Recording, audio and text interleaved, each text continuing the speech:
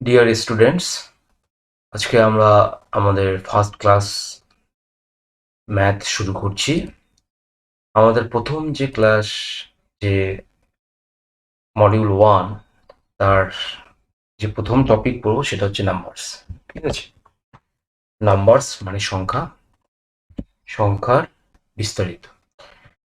যেটা প্রথমে আমরা পড়বো সেটা হচ্ছে, আমরা ছোটবেলায় পড়েছিলাম কোনো সংখ্যাকে একক, দশক, শতক, হাজার, অযুত, লক্ষ, নিযুত, কোটি কি করে করতে হয়।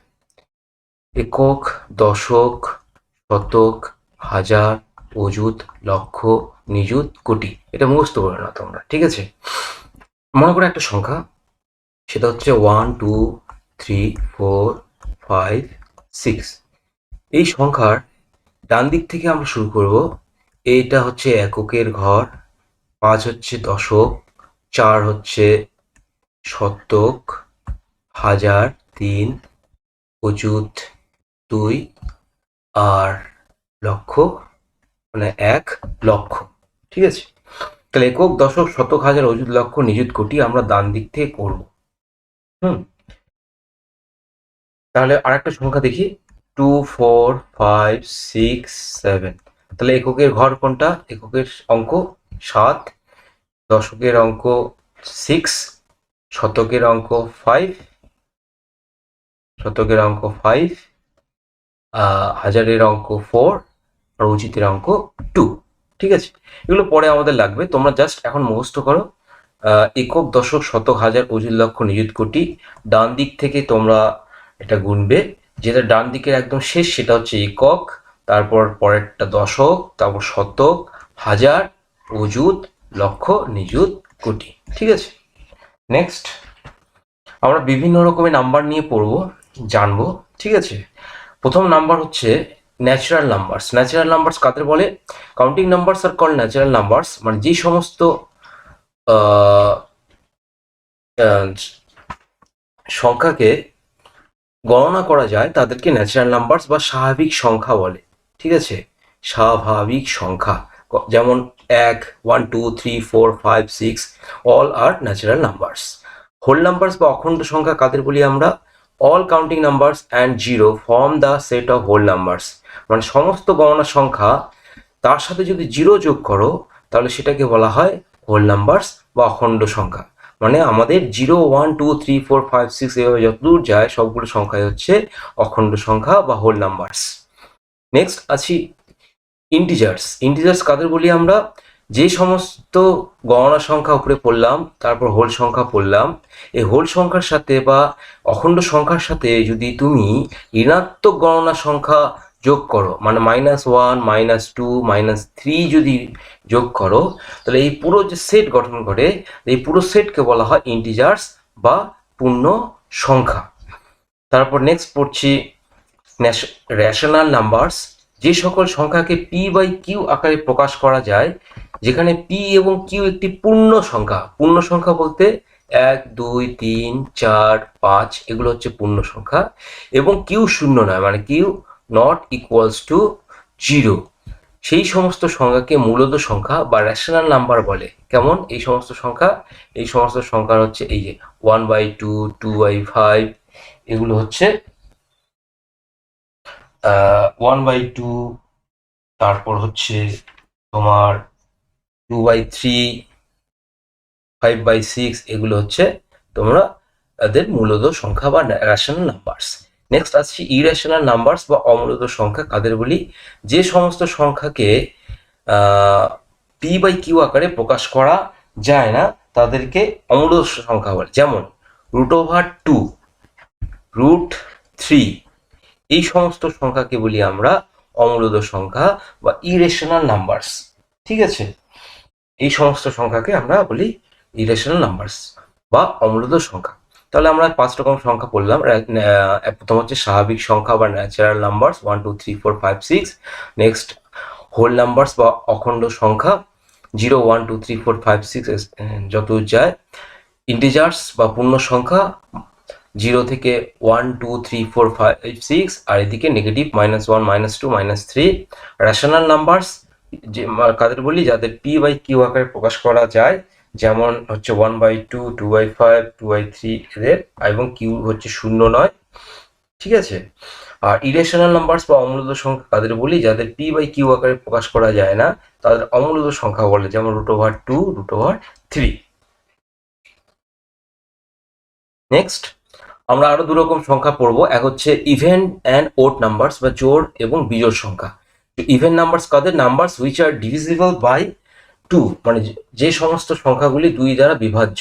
যেমন আমরা এখানে পড়বো 4/2 ইকুয়ালস টু 2, মানে 4 হচ্ছে একটা ইভেন নাম্বারস, এবং 0/2 ইকুয়ালস টু 0, মানে 0কে 2 দিয়ে ভাগ করলে 0ই হয়, সেই জন্য 0 একটা ইভেন নাম্বারস বা জোড় সংখ্যা। তারপর নেক্সট হচ্ছে ওড নাম্বারস, মানে যাদের 2 দিয়ে ভাগ করা যায় না, যেমন 1, 3, 5, 7, 9, মানে 7/2 যদি করো তাহলে আসে 3.5, মানে পুরোপুরি একটা ভ্যালু আসলো না, এই জন্য এটাকে বলা হবে ওড নাম্বারস। নেক্সট আরো দু রকম নাম্বার পড়বো। একটা হচ্ছে প্রাইম অ্যান্ড কম্পোজিট নাম্বারস, মানে মৌলিক এবং যৌগিক সংখ্যা। মৌলিক সংখ্যা কাদের বলবো? যে সমস্ত সংখ্যাকে দুটি গুণনীয়ক থাকে, যথা হচ্ছে নিজেই এবং 1। যেমন হচ্ছে 2কে আমরা কিভাবে লিখতে পারি? 2 × 1। এখানে 2 হচ্ছে একটা গুণনীয়ক আর 1 হচ্ছে আর একটা গুণনীয়ক, ঠিক আছে। কিন্তু তুমি 8কে কি করে লিখতে পারবে? 4 × 2, 2 × 2 বা 8 × 1। দেখো এখানে তাহলে কতগুলো গুণনীয়ক থাকতে পারে? 8 × 8 একটা গুণনীয়ক, 1 একটা গুণনীয়ক, 2 একটা গুণনীয়ক, 4 একটা গুণনীয়ক, টোটাল 4টা গুণনীয়ক। তাহলে এটা যেহেতু 4টা গুণনীয়ক, তাহলে এটা প্রাইম নাম্বার বা মৌলিক সংখ্যা নয়। তখন এই 8 সংখ্যাটাকে বলবো আমরা যৌগিক সংখ্যা বা কম্পোজিট নাম্বারস, ঠিক আছে। এইভাবে তুমি 4কেও করতে পারো, 4 = 4 × 1 করতে পারি আমরা, বা 4কে আমরা এইভাবে লিখতে পারি 4 = 2 × 2, ঠিক আছে। তাহলে কটা হলো? 2, 1, 4, এগুলো হচ্ছে গুণনীয়ক। তাহলে আমরা পড়লাম এখানে যে প্রাইম নাম্বারস মানে মৌলিক সংখ্যা যার দুটি গুণনীয়ক থাকে, যে হচ্ছে নিজেই এবং 1। আর কম্পোজিট বা যৌগিক সংখ্যা যার অনেকগুলো গুণনীয়ক থাকে, তাদের বলা হয় যৌগিক সংখ্যা। নেক্সট আমরা এখানে একটা পরীক্ষা করব যে 137 মৌলিক সংখ্যা নাকি যৌগিক সংখ্যা, তা পরীক্ষা করা যায়। মানে যে কোনো একটা নাম্বার দিয়েছে, এখানে একটা সুন্দর সূত্র রয়েছে, n² > p। এখানে এটা n² > p। এখানে p মানে হচ্ছে তোমার এই 137 যে করলে এটা হচ্ছে p, ঠিক আছে। এটাকে যার আমরা গণনা পরীক্ষা করব সেটা হচ্ছে p। কি করতে হবে আমাদের? 137-এর আগে এমন একটা সংখ্যা বের করতে হবে, মানে এবং 137-এর বেশি এমন একটা সংখ্যা বের করতে হবে যার বর্গমূল হয়। যেমন 137-এর আগে বর্গমূল হয় 121, তার মানে 11 স্কোয়ার করলে হয় 121। আর 137-এর বেশি সংখ্যা যার বর্গমূল হয় সেটা হচ্ছে 144, মানে 12 স্কোয়ার। আমাদের কি করতে হবে? n² মানে হচ্ছে, তাহলে এখানে কত? যেহেতু বলেছে পি এর > তাহলে এখানে হচ্ছে 12 স্কোয়ার > 137। এইবার আমাদের কি করতে হবে? এই 12, ঠিক আছে, এই 12-র আগে যে প্রাইম নাম্বার রয়েছে বা মৌলিক সংখ্যা রয়েছে 2, 3, 5, 7, 11, সেগুলো দিয়ে এই 137-কে ভাগ দিতে হবে। 2 দিয়ে ভাগ দিতে হবে, 3 দিয়ে ভাগ দিতে হবে, 5 দিয়ে ভাগ দিতে হবে, 7 দিয়ে ভাগ দিতে হবে, 11 দিয়ে ভাগ দিতে হবে। যদি ভাগ না যায় তাহলে এই 137টা হচ্ছে মৌলিক সংখ্যা। আমরা দেখতে পাচ্ছি এই 137 কোনো দিয়ে ভাগ যাবে না, 2 দিয়ে, 3 দিয়ে, 5 দিয়ে, 7 দিয়ে, 11 দিয়ে ভাগ যাবে না। তার জন্য এই 137 হচ্ছে আমাদের এখানে মৌলিক সংখ্যা। 137 হচ্ছে মৌলিক সংখ্যা, ঠিক আছে। এটাই হচ্ছে নিয়ম। তাহলে কোনো সংখ্যা মৌলিক সংখ্যা কিনা আমরা পরীক্ষা করব এইভাবেই। N square greater than equals to P. তুমি আরেকটা সংখ্যা এখানে করতে পারি আমরা 180। 180-র আগের বর্গমূলে এমন সংখ্যা হচ্ছে 169। 169 মানে হচ্ছে 13-র স্কোয়ার, আর 180-র পরে হচ্ছে 196, যার বর্গমূল হয় মানে 14-র স্কোয়ার। এবার তাহলে আমাদের কি করতে হবে, 180-র যেটা বড় সংখ্যা তার বর্গমূল মানে এন এখানে হচ্ছে 14, তার আগের প্রাইমারি নাম্বারস হচ্ছে 2, 3, প্রাইম নাম্বারস হচ্ছে 2, 3, 5, 7, 11, 13। এই সংখ্যাগুলো দিয়ে এই 180 ভাগ যায় কিনা দেখতে হবে। দেখো এখানে 2 দিয়ে যায়, 5 দিয়ে ভাগ যায়, তাহলে যেহেতু ভাগ যায় তাহলে এটা হচ্ছে 180 হচ্ছে যৌগিক সংখ্যা। ঠিক আছে, যৌগিক সংখ্যা। নেক্সট যাচ্ছি, যে আমাদের কিছু ফর্মুলা আছে যেগুলো আমরা পরবর্তীতে আমরা বাংলায় লেখা আছে সেগুলো আমরা বাংলায় পড়ব। এবার আমরা বিভাজ্য যায় কিনা কোনো সংখ্যা দিয়ে সেটার আমরা টেস্ট করব বা বের করব। এই ফর্মুলাগুলো একদম মুখস্থ করে রাখবে তোমরা, যে একটি সংখ্যা 2 দ্বারা বিভাজ্য যদি এর এককের সংখ্যা বা অঙ্ক 0, 2, 4, 6, 8 হয়। মানে মনে করো একটা সংখ্যা আছে 1, 1, 2, 3, 5, 6, ঠিক আছে। এই সংখ্যাটার আমরা একটু আগে বললাম কি একক, দশক, শতক, হাজার, অযুত, লক্ষ, নিযুত, কোটি কোন দিয়ে গণনা করতে হয়, ডান দিয়ে। একক হচ্ছে 6, দশক হচ্ছে 5, শতক হচ্ছে 3, হাজার হচ্ছে 2, অযুত হচ্ছে 1। ঠিক আছে, তাহলে এখানে আমরা বলেছি যদি এককের স্থান মানে এককের স্থান এই এককের স্থান যে 0, 2, 4, 6, 8 আছে, তাহলে আমরা ডাইরেক্ট কোনো কিছু না ভেবেই বলে দেবো এটা হচ্ছে 2 দ্বারা বিভাজ্য। ঠিক আছে, নেক্সট, কোন সংখ্যা 3 দ্বারা বিভাজ্য যদি এর অঙ্কগুলির যোগফল 3 দ্বারা বা 3 দ্বারা বিভাজ্য হয়। মনে করো একটা সংখ্যা 6, 9, 5, 4, 2, 1। ঠিক আছে, এই সংখ্যা 3 দ্বারা বিভাজ্য, এর অঙ্কগুলি কোনটা, এককের অঙ্ক 1, 2, 4, শতকের অঙ্ক, হাজারের অঙ্ক 5, অযুতের অঙ্ক 9, আর লক্ষর অঙ্ক 6। এগুলো আমরা যোগ করব। 1 + 2 + 4 + 5 + 6 + 9 = হয় 27। এটাকে কি 3 দিয়ে ভাগ যায়? হ্যাঁ, 3 দিয়ে ভাগ যায়, অ্যান্সার হয় 9। তারপর এই পুরো সংখ্যাটা হচ্ছে 3 দ্বারা বিভাজ্য। আরেকটা সংখ্যা দেখি, মনে করো সংখ্যা 9, 4, 8, 6, 5, 3। এই সংখ্যার এই এককের অঙ্ক, দশক, শতকের অঙ্ক, হাজারের অঙ্ক, অযুতের অঙ্ক, লক্ষর অঙ্ক, এগুলো যোগ করো। এই যোগ করলে কত হয়? যোগ করলে হয় 35। 35কে 3 দ্বারা কি ভাগ করা যায়? যায় না। তার মানে এই পুরো সংখ্যাটা হচ্ছে 3 দ্বারা বিভাজ্য নয়। এই পুরো সংখ্যাটা 3 দ্বারা বিভাজ্য নয়। ঠিক আছে, নেক্সট, একটা তোমাদের WBB মেইন 2020 লেডি কনস্টেবল পরীক্ষা এসছে একটা অঙ্ক, যদি 517*324 সংখ্যাটি 3 দ্বারা নিঃশেষে বিভাজ্য মানে কোনো অবশিষ্ট থাকবে না একটি সংখ্যা হয়, তবে স্টার স্থানের ক্ষুদ্রতম পূর্ণ সংখ্যাটি কত? শর্টকাট করতে হবে। এই 517,324 এগুলোকে যোগ করো। 5 একে 6, 7 এ 13, 13 3 এ 16, 16 2 18, 4 22। ঠিক আছে, আমাদের কি করতে হবে, এই 22-এর পরের বড় সংখ্যা যেটা হচ্ছে 3 দ্বারা বিভাজ্য, 22-এর পরের বড় সংখ্যা হচ্ছে 24, তার যেটা হচ্ছে 3 দ্বারা বিভাজ্য। তারপরে 3 দিয়ে যদি 24কে কাটো তাহলে হয় অ্যান্সার 8। ঠিক আছে, তার মানে আমাদের কি করতে হবে, এই 22-এর পরে যে বড় সংখ্যা, নিকটতম বড় সংখ্যা 24, সেটা 3 দিয়ে ভাগ করা যায়। এই 24 থেকে এই যে টোটাল অঙ্কগুলির যোগফল 22 এলো, 22 মাইনাস করে দাও, তাহলে থাকলো 2। এই 2 এখানে বসিয়ে দাও, তাহলে দেখবে এই পুরো 7 2 3 2 4 সংখ্যাটি 3 দ্বারা বিভাজ্য হবে। ঠিক আছে, তার মানে স্টারের মানে হচ্ছে আমাদের 2।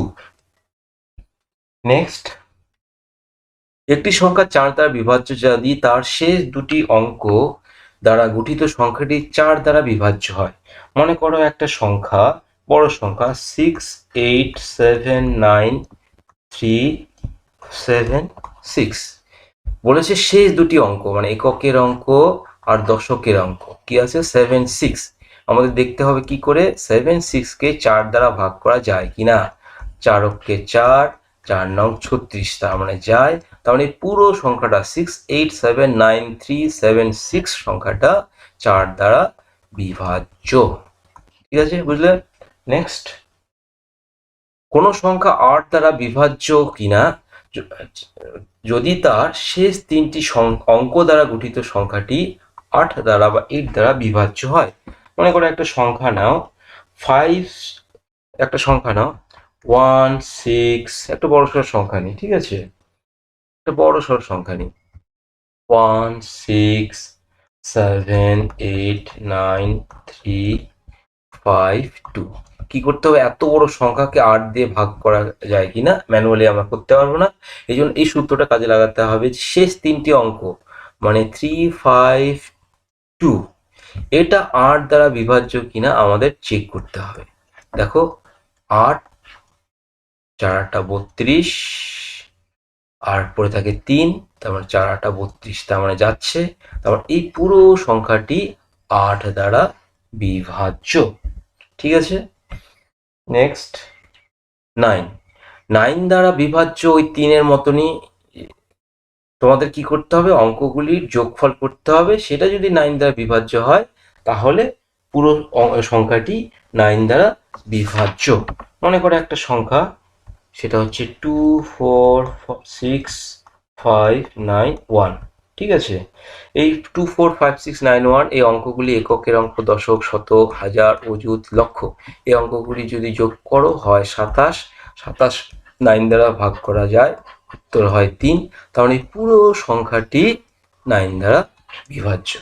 ঠিক আছে, আর একটা দেখো 7 3 7 3 4 5 1 9, এই যদি অঙ্কগুলি যোগ করো এই অঙ্কগুলি এই সংখ্যার, ঠিক আছে, তাহলে আমাদের সংখ্যাটা হয় 29। ঠিক আছে, 29। 29 কি 9 দ্বারা বিভাজ্য? বিভাজ্য যায় না, তার মানে এই পুরো সংখ্যাটি 9 দ্বারা বিভাজ্য নয়। নেক্সট আমরা একটা অঙ্ক করব, find the least value of star for which 7 star 5 4 6 2 is divisible by 9। মানে এর সর্বনিম্ন নাম্বার খুঁজুন, অঙ্ক খুঁজুন যার জন্য এই সংখ্যাটি 9 দ্বারা বিভাজ্য। ওই 3-এর মতো করতে হবে। মানে এই সংখ্যাগুলি 7 5 4 6 2 যোগ করো তোমরা, 7 plus 5 plus 4, 7 plus 5 plus 4 plus 4 plus 6 plus 2, পুরো সংখ্যা যোগ করো। যোগ করলে কত হয়? যোগ করলে 2 প্লাস 6 মানে হচ্ছে 8, 8 চারে 12, 12 5 17, 17 7 24। তাহলে 9 দ্বারা নিকটতম সংখ্যা কত হবে? 24-এর পরে যেটা নিকটতম বড় সংখ্যা হচ্ছে 27, যেটা 9 দ্বারা ভাগ করা যায়। তার মানে 27 মাইনাস 24 করতে হবে আমাদের, ইকুয়ালস টু হলো 3। তারপর এই 3 যদি তুমি এখানে বসিয়ে দাও, মানে 7 3 5 4 6 2, এই সংখ্যাটি পুরো 9 দ্বারা ভাগ করা যাবে বা বিভাজ্য। নেক্সট আসি 11। 11 দ্বারা কোনো সংখ্যা বিভাজ্য কিনা কি করে আমরা বের করব?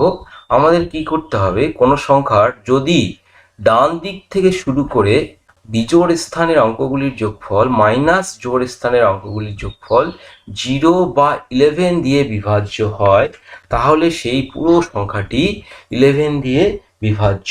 মনে করো একটা সংখ্যা নিলাম 2 9 4 3 5 4 1 7।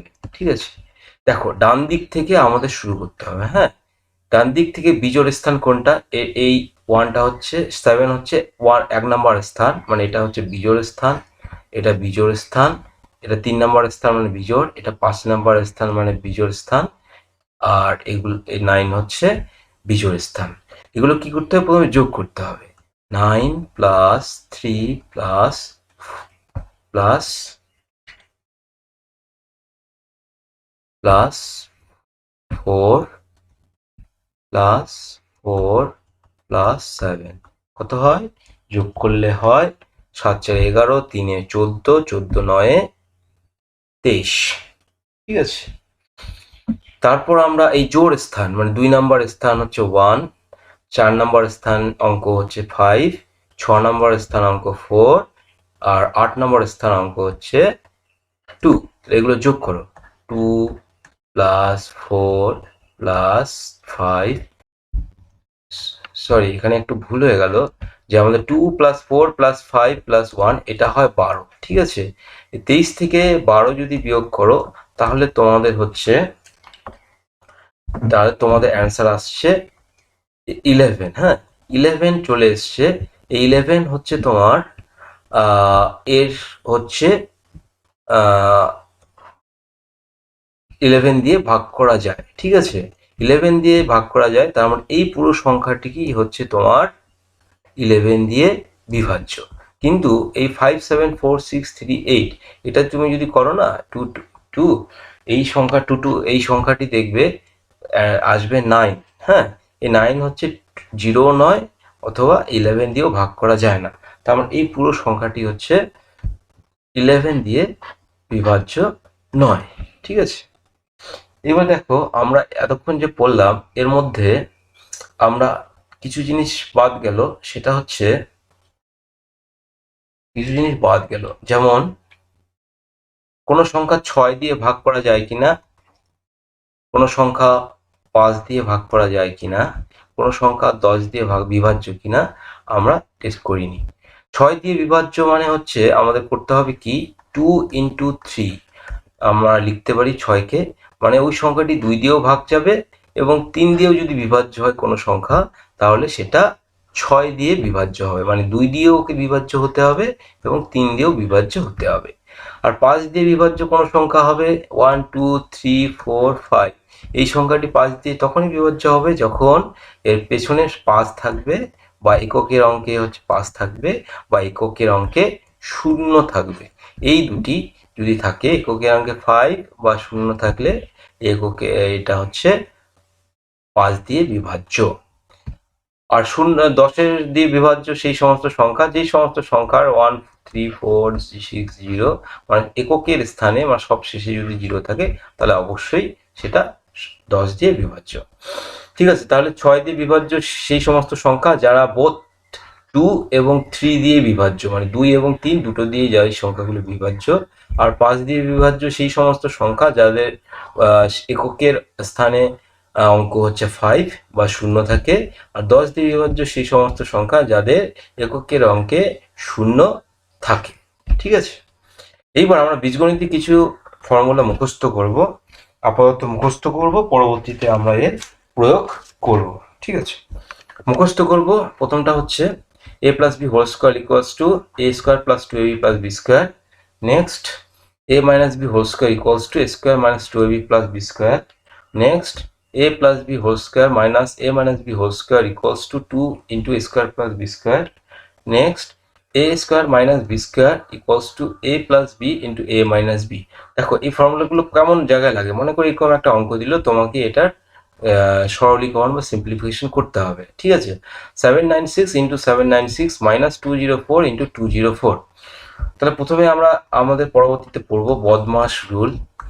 বদমাস রুল, সেই বদমাস রুল মানে হচ্ছে subtraction, addition, multiplication, division, ওমিশন and bracket. ঠিক আছে, প্রথমে আমাদের কি করতে হয়, ব্র্যাকেট তুলতে হয়, তারপর এর তুলতে হয়, তারপর ভাগ করতে হয়, তারপর গুণ করতে হয়, তারপর যোগ করতে হয়, তারপর বিয়োগ করতে হয়। ঠিক আছে, এবার 796 প্রথমে গুণ করতে হবে।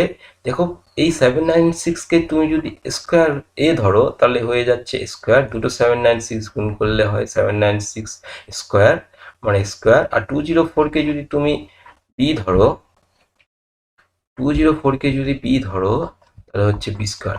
তাহলে এটাকে যদি তুমি আমরা এই ফর্মুলায় ফেলে দিই, স্কোয়ার মাইনাস বি স্কোয়ার মানে এ প্লাস বি ইন্টু এ মাইনাস বি, তাহলে এটা হয়ে যাচ্ছে 796 প্লাস 796 ইন্টু 796, সরি 796 না, এটা ভুল হলো এখানে, ইকুয়ালস টু যদি আমরা করি এ প্লাস বি মানে হচ্ছে 796 প্লাস 2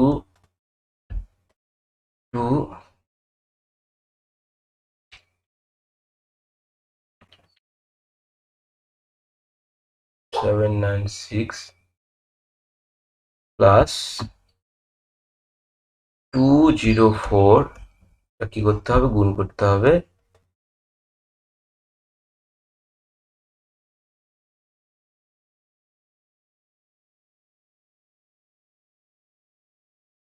গুণ করতে হবে 796 মাইনাস 204, মানে এটা ডাইরেক্ট করা যাবে। 796 204 যোগ করবে আর 796 মাইনাস 204 করবে, এটার সাথে গুণ করে দিলে ডাইরেক্ট অ্যান্সার বের হবে। আর তুমি যদি 796 গুণ করো 204 গুণ করে একটু সময় সাপেক্ষ ব্যাপার হয়ে যাবে, এই জন্য আমাদের এই ফর্মুলাগুলো ইউজ হবে। ঠিক আছে, নেক্সট চলে যাই। a cube plus b cube equals to a plus b into a square minus ab plus b square. Next, a cube minus b cube equals to a minus b into a square plus ab plus b square. এবার আমরা একটা বিভাগের ফলাফলের সূত্র করব। দেখো মনে করো 135, ঠিক আছে, এটাকে আমরা 3 দিয়ে ভাগ করব। 135 সংখ্যাকে 3 দিয়ে ভাগ করি, 3 চারা 12, 3 চারা 12, 3 চারা 12, ঠিক আছে। 13 থেকে 12 বিয়োগ করলে হয় 1 আর 5 পরে থাকে, তার মানে 3 5 15, তাহলে আমাদের 0 হলো। তাহলে বলো তো এই 3টাকে কি বলে? এই 3টাকে বলে হচ্ছে ভাজক। 135 এটাকে বলে ভাজ্য। এই 45 যেটা ফলাফল বেরোলো সেটা বলা হয় ভাগফল, আর এই 0টাকে বলা হয় অবশিষ্ট। ঠিক আছে, এটার ফর্মুলা হচ্ছে ভাজ্য মানে এই যাকে আমরা ভাগ করলাম সেই ভাজ্য ইকুয়ালস টু ভাজক ইন্টু ভাগফল প্লাস অবশিষ্ট। ঠিক আছে, তার মানে দেখো 3 সাথে 45, তার সাথে যদি 0 যোগ করো তাহলে তোমার 135 আসবে। এই যে ফর্মুলা ভাজ্য ইকুয়ালস টু ভাজক প্লাস ইন্টু ভাগফল প্লাস অবশিষ্ট, এটা মুখস্থ করবে বা মনে রাখবে, আর এটা কোনটা কি বলে সেটা মনে রাখবে। নেক্সট দেখো একটা প্রবলেম দিয়েছে কোয়েশ্চেন যে 12401কে একটি নির্দিষ্ট সংখ্যা দ্বারা ভাগ করলে আমরা ভাগফল হিসাবে 76 এবং অবশিষ্ট হিসাবে 13 পাবো, এর ভাজক কি হবে? এই যে 1240141 এটাকে ভাগ করব, তার মানে এটা হচ্ছে তোমার এই 1240, এটা হচ্ছে তোমার ভাজ্য। ঠিক আছে, ভাজক আমাদের বের করতে হবে, এটা আমাদের বের করতে হবে। আমাদের ভাগফল হিসাবে দিয়েছে কত? 76, আর অবশিষ্ট দিয়েছে 13। তাহলে আমরা জানি ভাজ্য ইকুয়ালস টু ভাজক ইন্টু ভাগফল প্লাস অবশিষ্ট। দেখো ভাজ্য মানে এখানে বসিয়ে দাও 12401, ভাজককে তুমি এক্স ধরে নিতে পারো, তারপরে ভাগফল আমাদের হয়েছে কত? 76 প্লাস হচ্ছে অবশিষ্ট 0। তার মানে আমরা যদি বীজগণিতের নিয়ম অনুযায়ী করি অঙ্কটাকে, 76x ইকুয়ালস টু, সরি এটাও 0 না, এটা হচ্ছে 13, 76x ইকুয়ালস টু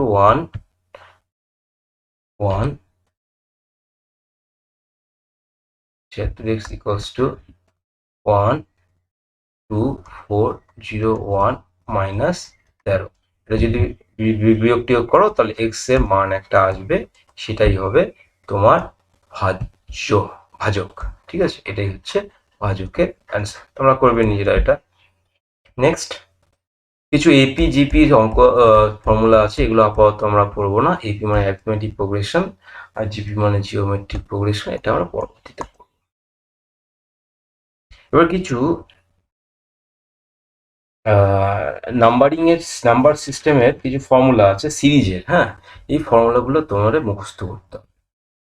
যেমন প্রথম হচ্ছে 1 + 2 + 3 + ... n = n + n into n + 1 divided by 2। মানে n হচ্ছে এখানে যত পর্যন্ত তুমি সংখ্যা যোগ করবে। মনে করো 1 + 2 + 3, ঠিক আছে, 1 + 2 + 3 প্লাস এইভাবে করতে করতে যদি আমরা 88 পর্যন্ত যোগ করি, তাহলে পুরো যোগফলটা কত হবে? এখানে n হচ্ছে 88, তারপর 88 ইন্টু 88 প্লাস 1 ডিভাইডেড বাই 2। এটাকে তোমরা করো, যে অ্যান্সার হবে সেটাই হচ্ছে এই পুরো সংখ্যার যোগফলের অ্যান্সার। তোমার একটা একটা করে যোগ করতে হবে না, এই সূত্রতে বসিয়ে দিলেই পুরো সংখ্যার যোগফল পেয়ে যাবে। নেক্সট, এইবার সংখ্যাগুলো যদি বর্গ হয়, 1² + 2² + 3² প্লাস ... n² যদি হয়, তার সূত্র হচ্ছে n × n + 1 × 2n + 1 divided by 6। মানে মনে করো 1 square, 2 square, 1 square, 1 square, 2 square plus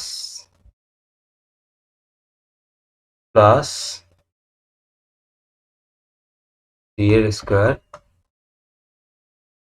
plus ...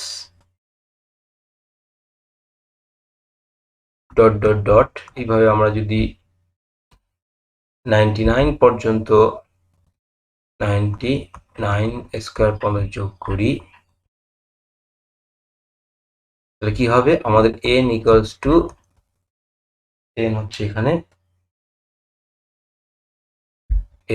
হচ্ছে 99। এখানে আমাদের কি n = 99। ঠিক আছে, এই ফর্মুলা ফেলে দাও, তাহলে এগুলো সব যোগফল হবে 99 into 99 plus 1 into 2 into 99 plus 1 divided by 6। এটা যে রেজাল্ট হবে সেটাই হচ্ছে পুরোটা যোগফল। কারণ 99 পর্যন্ত বর্গ করে যোগ করতে হবে না, আমাদের এই ফর্মুলা দিয়ে হয়ে যাবে।